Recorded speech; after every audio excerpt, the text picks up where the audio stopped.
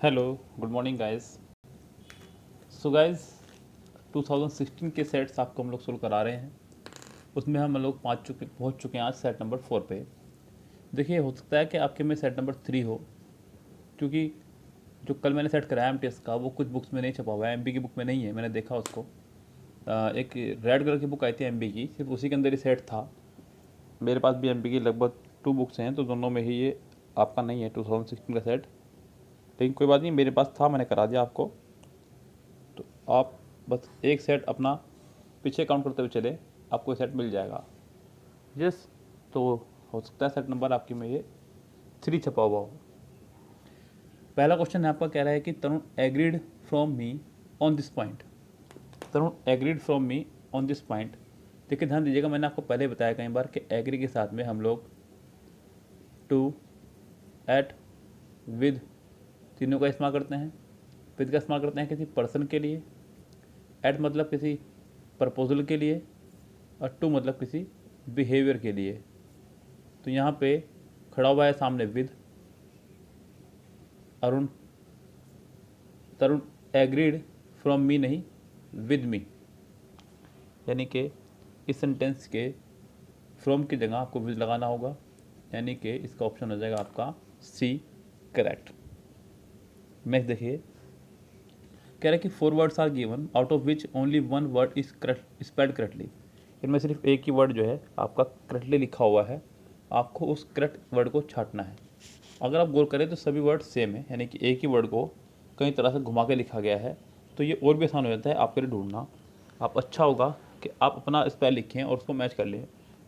Conscious, CONSCIENTIOUS, और इसको match कर लीजिए।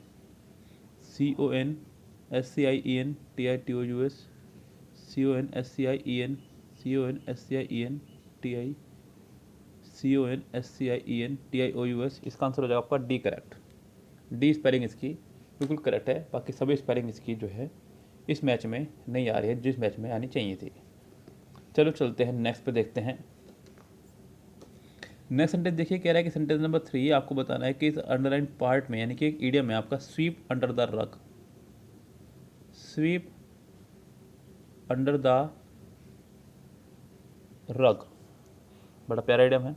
यानी कि ऐसी बात जो आपको शर्मिंदा करती हो उसे लोगों से छुपाना। स्वीप, माफी चाहूँगा, स्वीप है।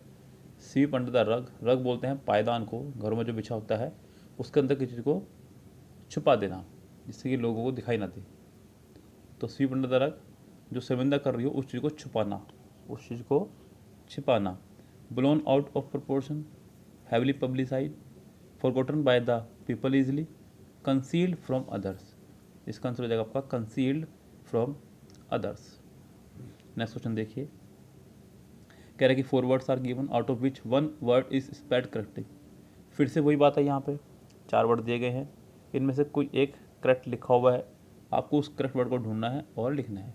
वर्ड है आपका मेंटेनेंस, बड़ा सिंपल वर्ड है, आप लिख के देख लीजिए। Maintenance, MAINTENANCE, maintenance. और आप गौर करेंगे कि आपका बी वर्ड जो है इससे मैच कर रहा है, मेंटेनेंस, तो इसका आंसर भी आपका वी ही हो जाएगा।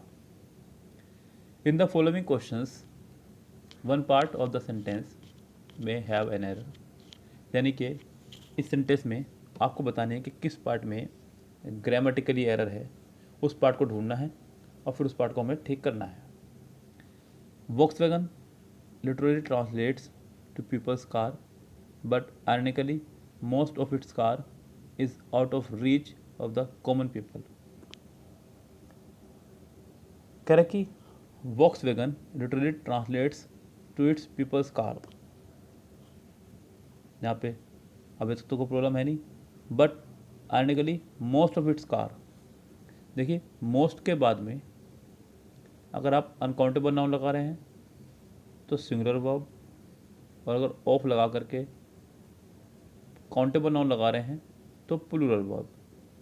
यहाँ पे मोस्ट ऑफ इट्स कार्स कहा उसने, तो आपको यहाँ पे आर लगाना होगा, इज़ नहीं। इस सेंटेंस में आपको लगाना होगा बी पार्ट में एरर।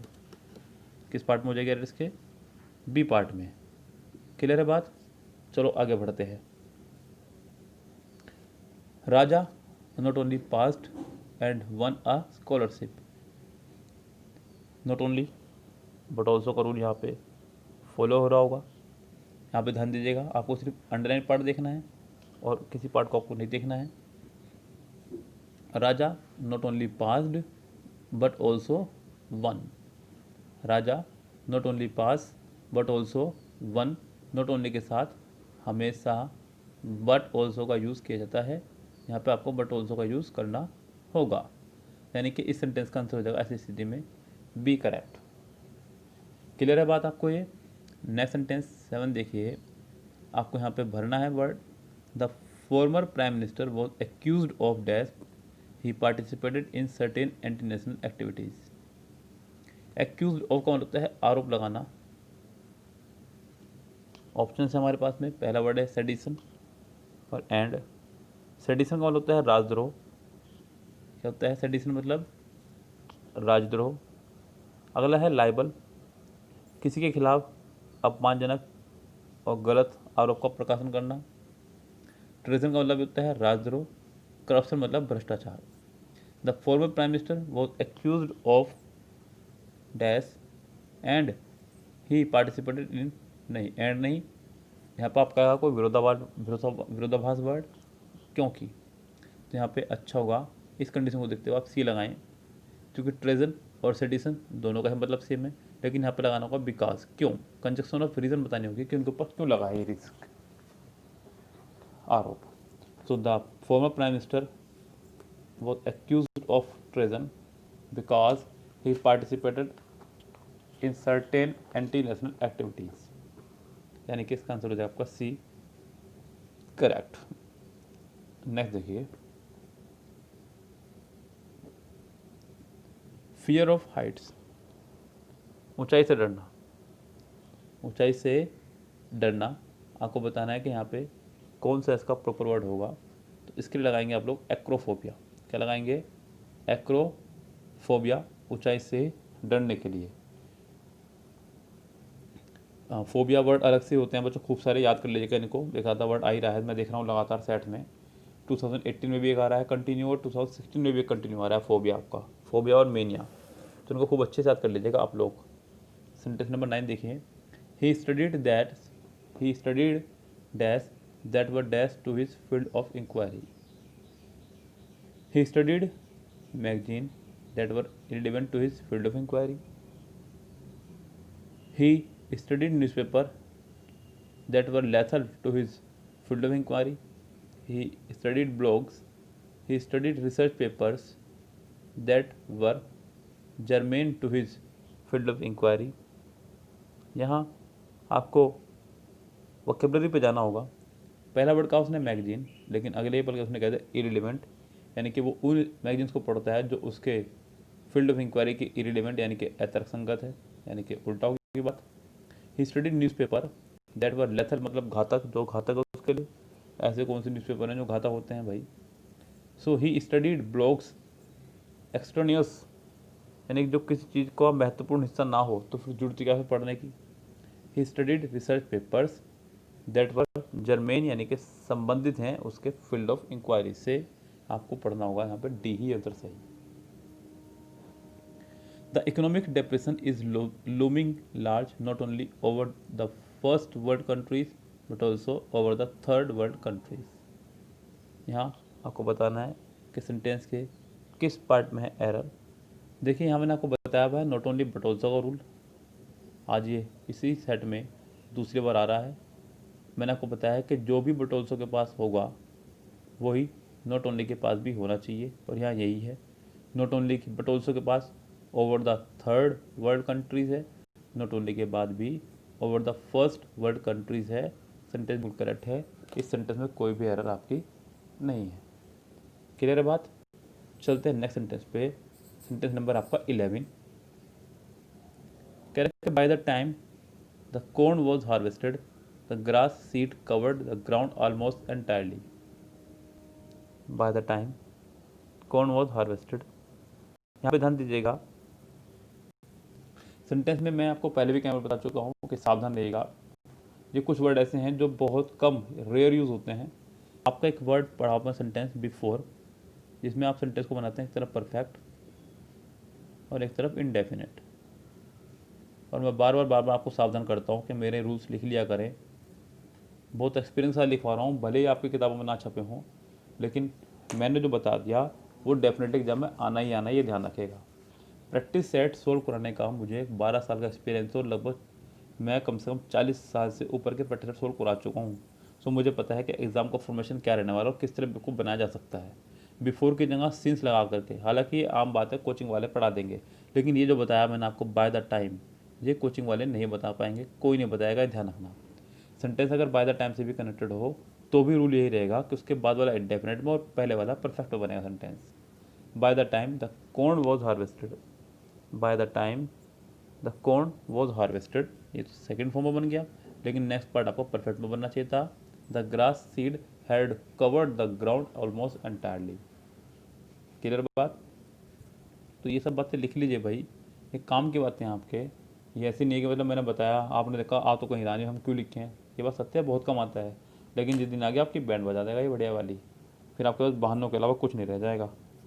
यस, आप कहेंगे पता नहीं रूल्स कहाँ से दे रखे थे, हमने तो ये रूल पढ़ा ही नहीं, किताब में भी कहीं नहीं था, हमारा तो सर ने भी नहीं पढ़ाया, हम तो उस महान टीचर से कोचिंग ले रहे थे।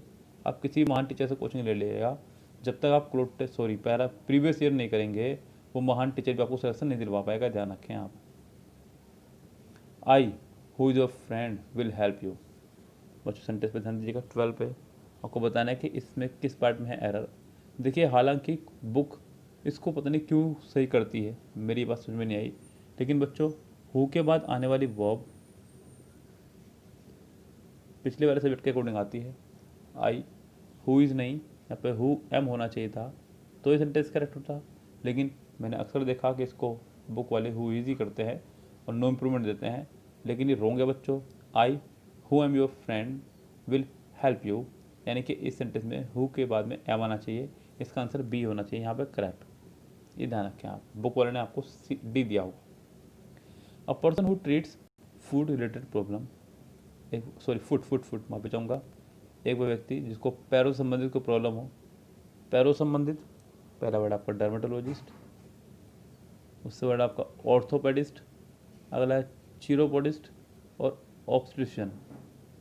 सो मेरी राय में इसका आंसर हो जाना चाहिए सी ही करेक्ट, क्योंकि डर्म बोलते हैं स्किन से संबंधित प्रॉब्लम को, ऑर्थो मतलब हड्डी, ऑब्स्ट्रिशन मतलब डिलीवरी के टाइम पे जो होती है प्रॉब्लम वो वाली।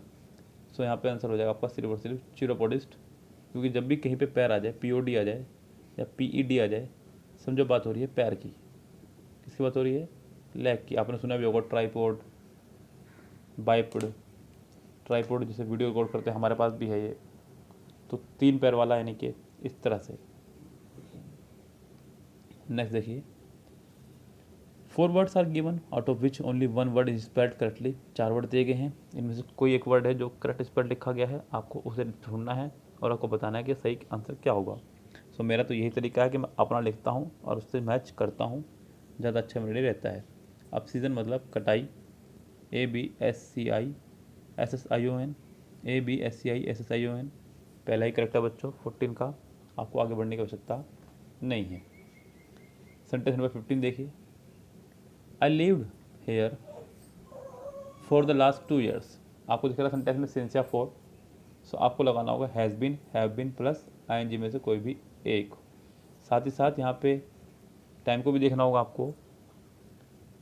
सो यहाँ पे I have been living here for the last 2 years होना चाहिए था, लेकिन सेंटेंस में ऐसा कहीं भी कुछ नहीं है, कोई भी ऑप्शन इसको फिट नहीं बैठ रहा है। तो फिलहाल तो इसका आंसर अगर देखा जाए तो रोंग ही हैं सभी के सभी।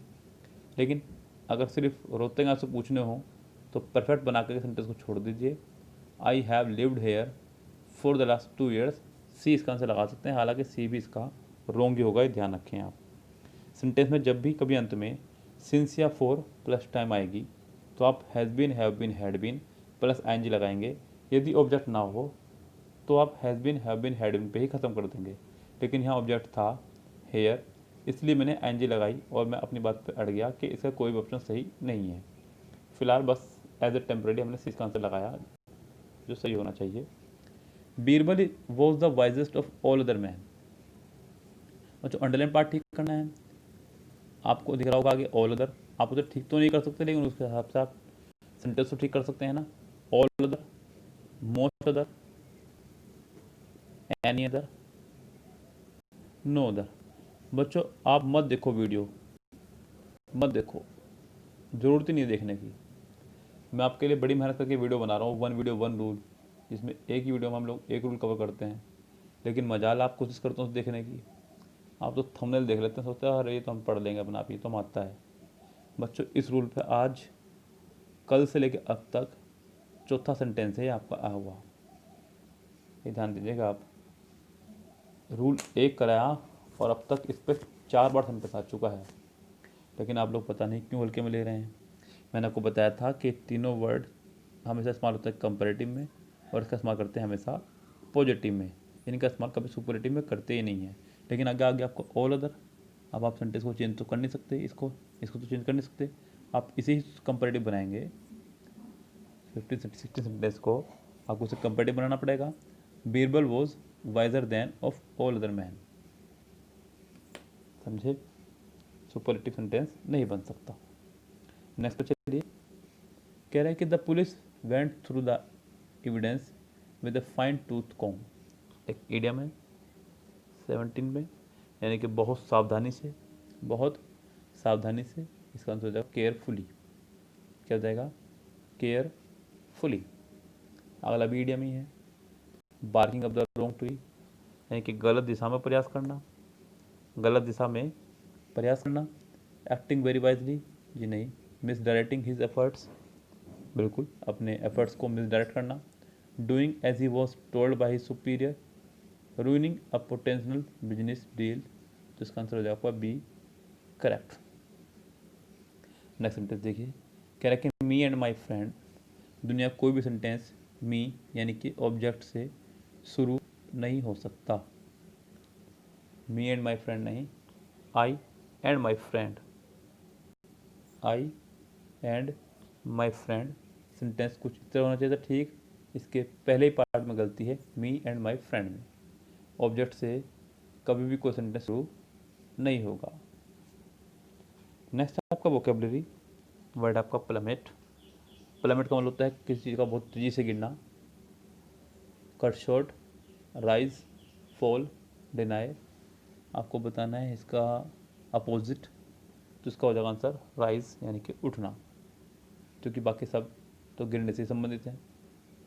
कट शॉर्ट, डिनाई तो होगा नहीं, फॉल भी गिरने से है, तो राइज वाला है उठना, इसका आंसर राइज ही करेक्ट हो जाएगा। The kid could no longer stave off his hunger. Stave off का मतलब होता है ईडियम है ये भी, यानी कि रोक के रखना, रोक के रखना अपनी भूख को।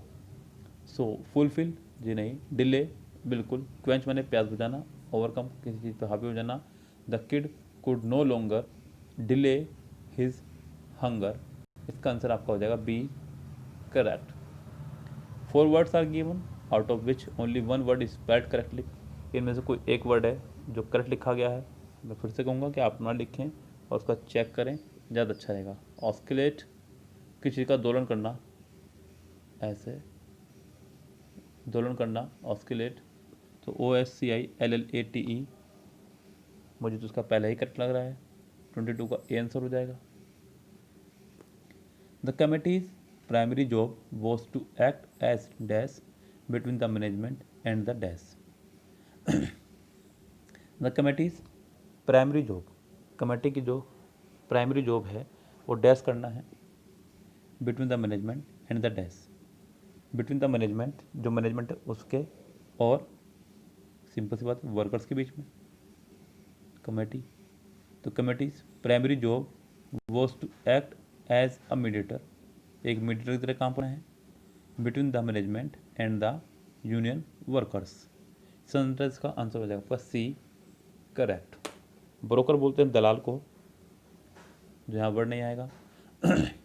पब्लिक सेक्टर बी में नहीं आ सकता, इसलिए रेफरी किसी गेम वगैरह में होते हैं, तो यहाँ पे सिर्फ और सिर्फ आंसर आ जाएगा आपका सी, करेक्ट। सेंटेंस नंबर 24 देखिए,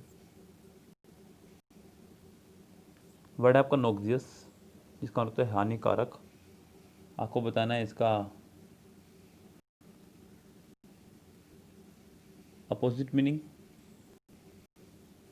नोइजी, शोरयुक्त, साइलेंट, शांत, लैथल, घातक, हार्मलेस, यानी कि ये इसका आंसर होगा। नेक्स्ट फिर से आपका आ गया है करेक्टली स्पेल्ड। कोई एक वर्ड सही से लिखा गया है, आपको उसे ढूंढना है। फिर से लिखिए अपना word PERSPICACIOUS, perspicacious, PERSPICACIOUS, C answer हो जाएगा इसका करेक्ट। नेक्स्ट देखिए, out of the 4 word choose the one which one can be substitute, यानी कि वन वर्ड सब्स्टिट्यूट है। ग्रोसली एग्जैगरेटेड स्पीच, जो स्पीच को बहुत बढ़ा कर बताता हो, जो अपनी बात को बहुत बढ़ा के बताता हो, उसे बोलते हैं हाइपरबोल, अतिशयोक्ति। क्या बोलते हैं इसको? अतिशयोक्ति, यानी कि hyperbole. Much of modern scholarship to kill a mockingbird have focus on its treatment of race and gender. आपको बताना है सेंटेंस के किस पार्ट में एरर।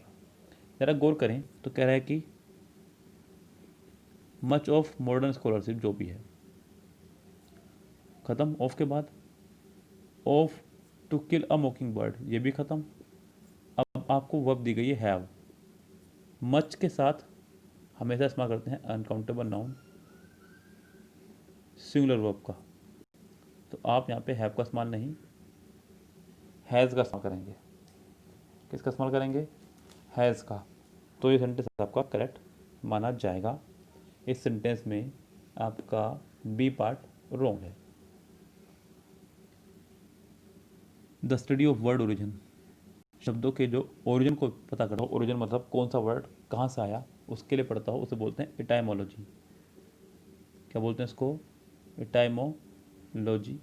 तो शब्दों का ओरिजिन जानना, उसे बोलते हैं आप लोग इटाइमोलॉजी। 29 वर्ड आपका hedonist.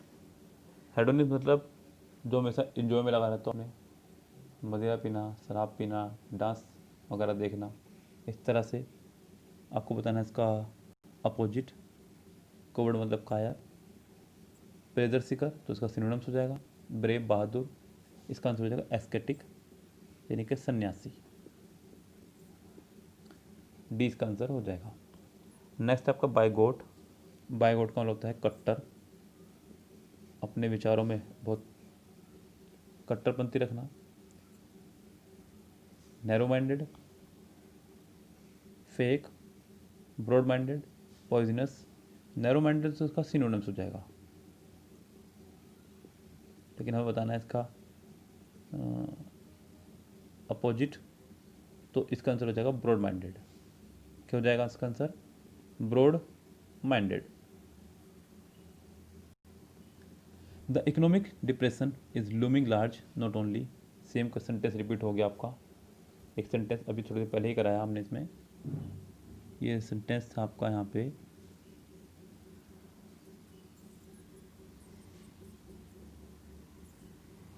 Sentence number 10।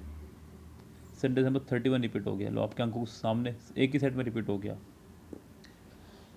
Sentence number 32 देखिए, एक वोकेबलरी है जेलस, किसी चीज़ के प्रति उत्साही होना, जील से बना है।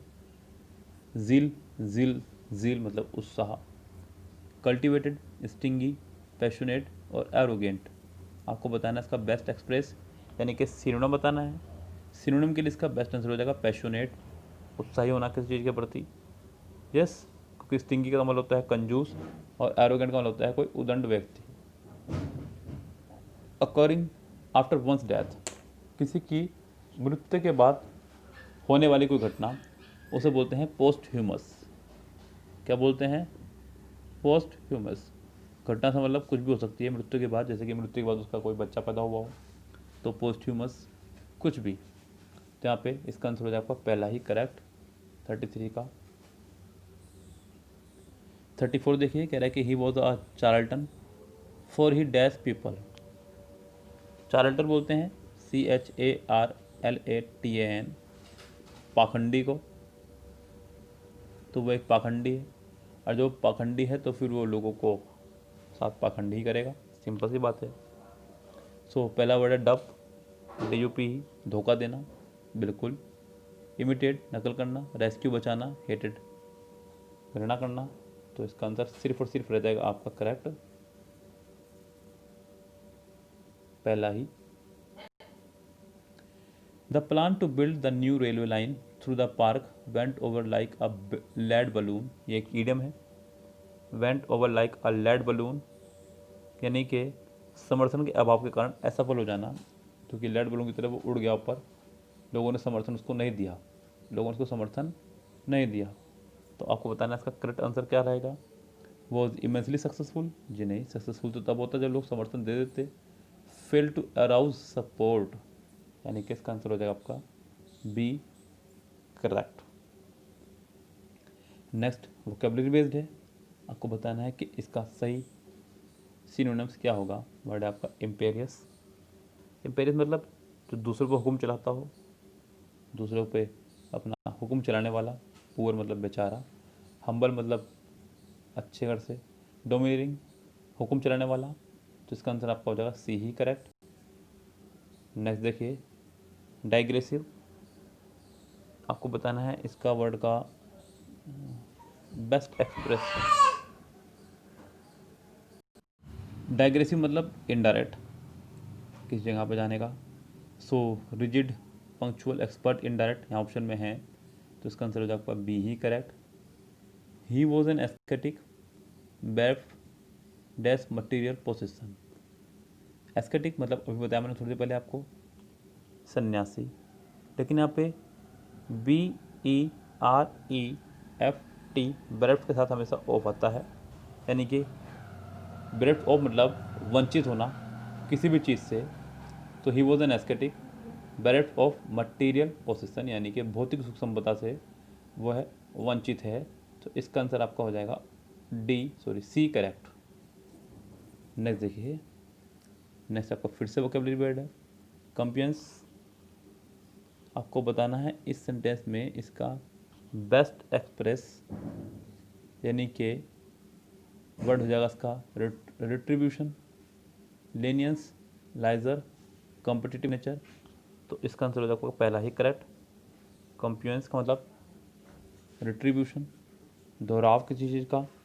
तो ए इसका आंसर करेक्ट हो जाएगा।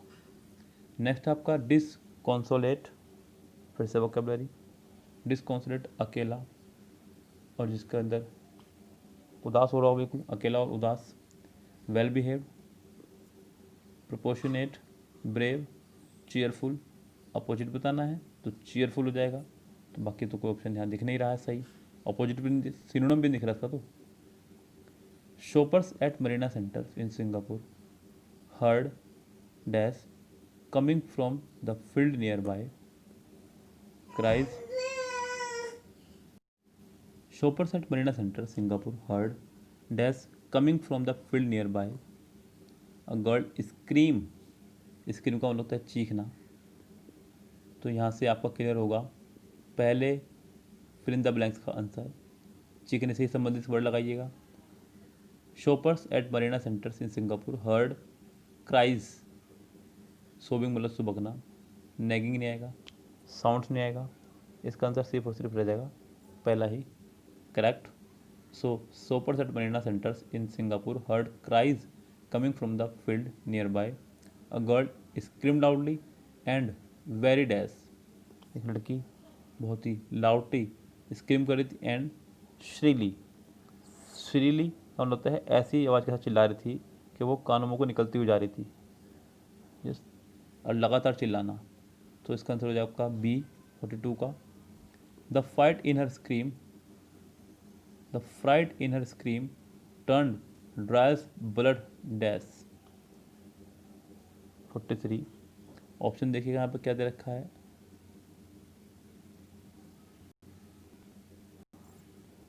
क्लोटेड, गांठ पड़ जाना। पेल, पीला पड़ जाना। कोल्ड, तो यहाँ पे एक इडियम ही है पूरा ये, टर्न ब्लड कोल्ड। यानी कि बहुत अधिक डर जाना, तो यहाँ पे यही इसका ऑप्शन होना चाहिए correct. Blood cold for a dash second, for a dash second option है मैनी, फ्यू, इंस्टेंट। जब आपका आ गया तो आप यहाँ पे मैनी और फ्यू नहीं लगा सकते। फॉर अ स्प्लिट सेकेंड यानी कि इडियम है ये भी एक। फॉर अ स्प्लिट सेकेंड का मतलब होता है थोड़ी देर के लिए, थोड़ी देर के लिए। The time seems to be frozen as the horror of the situation dash every shoppers brain, dash every shoppers brain,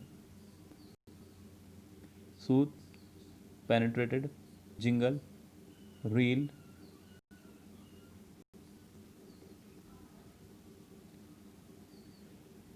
कहाँ गया, split second, time seemed to be frozen as the horror of the situation penetrated every shopper's brain, यानी कि हर किसी के brain में जो है इसका डर बैठ चुका था। शॉपर्स बहुत बुरी तरह से डर चुके थे। यहाँ नेक्स्ट पैसेज जिसे तो आप खुद ही करेंगे। एग्ज़ाम्स के 1 मंथ बैक जब रह जाएगा आपका, तो मैं आपको ये पैसेज कराऊंगा।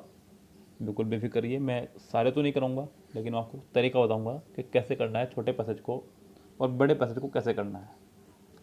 सो अभी फ़िलहाल आप भी चाहें तो पैसेज पर फोकस ना करें, इसे मेरे भरोसे छोड़ दें, बिल्कुल बेफिक्र को छोड़ दें। लेकिन अगर आप करते रहें तो भी कोई बुराई नहीं है। तो ये था आपका सेट नंबर 4। मेरे हिसाब से, आपके हिसाब से सेट नंबर 3 हो सकता है बुक के हिसाब से, क्योंकि उस बुक में एमटीएस का सेट नहीं छपा हुआ है इसलिए। तो फिलहाल मिलते हैं आपसे इवनिंग में न्यू वीडियो के साथ में। Goodbye, have a nice day.